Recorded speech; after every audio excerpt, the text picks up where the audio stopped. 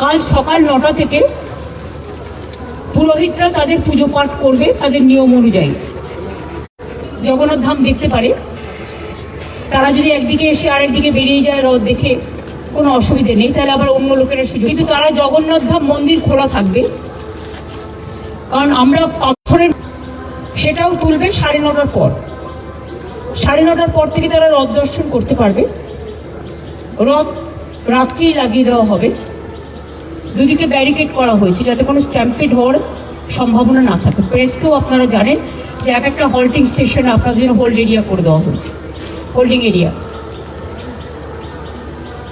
রথ কিছুটা যেতে যেতে কিছুটা থামবে। সহযোগিতা চাইব এবং শুভকামনা চাইব, কারণ এটা তো প্রথম আমরা করছি, যাতে দীঘার জগন্নাথ ধামের এই পূর্ণ যাত্রা রথযাত্রা মাসির বাড়ি পর্যন্ত যাবে এবং উল্টোরথে মাসির বাড়ি থেকে আবার ফিরে আসবে।